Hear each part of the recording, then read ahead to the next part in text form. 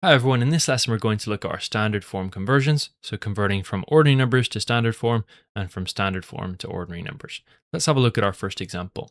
It says write 7.25 times 10 to the power 5 as an ordinary number.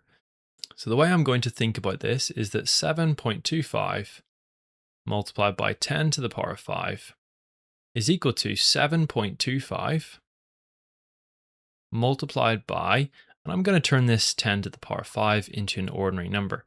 The index of 5 tells me how many zeros are going to follow the 1. So I have 1, 2, 3, 4, 5 zeros. That's 100,000. Now what I can do is I can do 7.25 multiplied by 100,000. I'm going to shift all of my digits to the left because I'm making it larger. And I'm going to shift them all 5 place value columns to the left. Now you can do that if you want. The other way to do it is just using a little bit of common sense. I've got 7.25 multiplied by 100,000. What that means is that I'm going to have around 700,000. So I know that's the general ballpark of my answer, and because it's 7.25 times 100,000, I know that the digits 2 and 5 must follow in this place. My answer is 725,000. And honestly, that's probably how I would do it. Once I get this power of 10 and I know it's 100,000, and I know I've got 7 of them, I know I've got 725,000. Pause the video and give this one a go. So we've got 4.3 multiplied by 10 to the power of 3. Let's start by rewriting that just out as it was. And my first step is to turn this 10 to the power of 3 into an ordinary number. So I've got 4.3 multiplied by 1,000, so 3 zeros. And like before, we just used a little bit of common sense. I've got 4 times 1,000. Obviously, I've got 4.3 times 1,000, but 4 times 1,000 gives me 4,000. So 4.3 times 1,000 gives me 4,300. The other way to think of it is if I'm multiplying by 1,000, I'm shifting all the digits to the left 3 place value columns.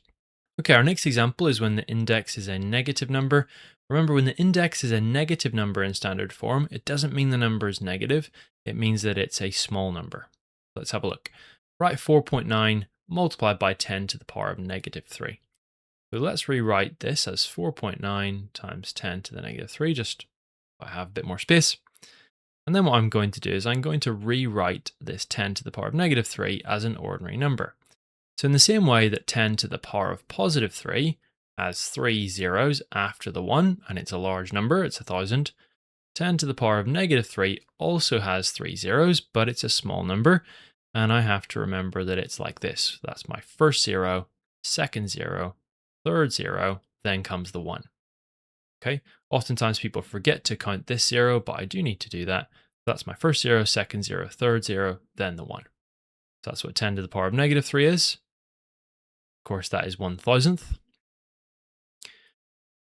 And then what I'm going to do is I'm going to do this calculation. So 4.9 times 0.001. And when I'm doing this multiplication, I'm going to start by placing my digit 4 where the 1 was, and then any other digits I have go to the right of that. So what I mean by that is I've got 0.00, and where the 1 was, I'm going to replace that with a 4. And then any other digits I have, in this case there's only 1, it's just the 9, but if there were any others, I'd place that to the right of the 4. So that's my answer. Pause the video and give this question a go. Okay, let's run through it. So we've got 1.7 multiplied by 10 to the negative 2. And we'll start by turning this 10 to the negative 2 into an ordinary number. So we need 2 zeros because I've got an index of negative 2. So 1, 2, and then pop down my 1.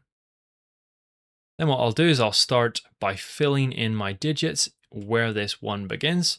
So in other words, this 1 would replace this one. I've got 0.01, and then any other digit, well, there's only 1, it's a 7, it goes after it like this. So 0.017.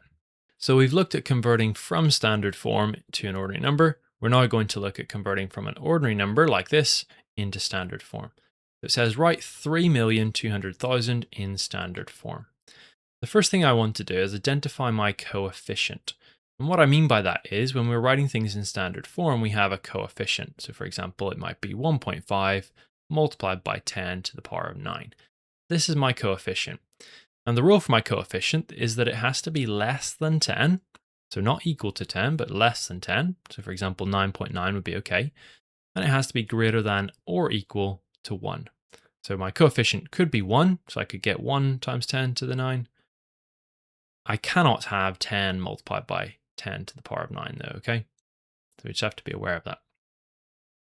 When I look at this number, I know that it has to be 3.2 as my coefficient. So I've got 3.2 multiplied by, and then I go to the largest digit, which is the 3, and it's in the millions column because this is the number 3,200,000. So I know I've got 3.2 times 1 million. And then what I do is I turn the 1 million into a power of 10. All I do is I simply count the zeros. So I've got 1, 2, 3, 4, 5, 6. So I can rewrite 1 million as 10 to the power of 6. I've just rewritten this line. Instead of 3.2 multiplied by a million, I've got 3.2 multiplied by 10 to the power of 6. Pause the video and give this one a go. So write 75,000 in standard form. I'll identify my coefficient, so it must be 7.5. I'm going to go to the largest digit, which is the 7, and that's in the 10,000s column because it's 75,000. So I'm going to write that as 7.5 multiplied by 10,000.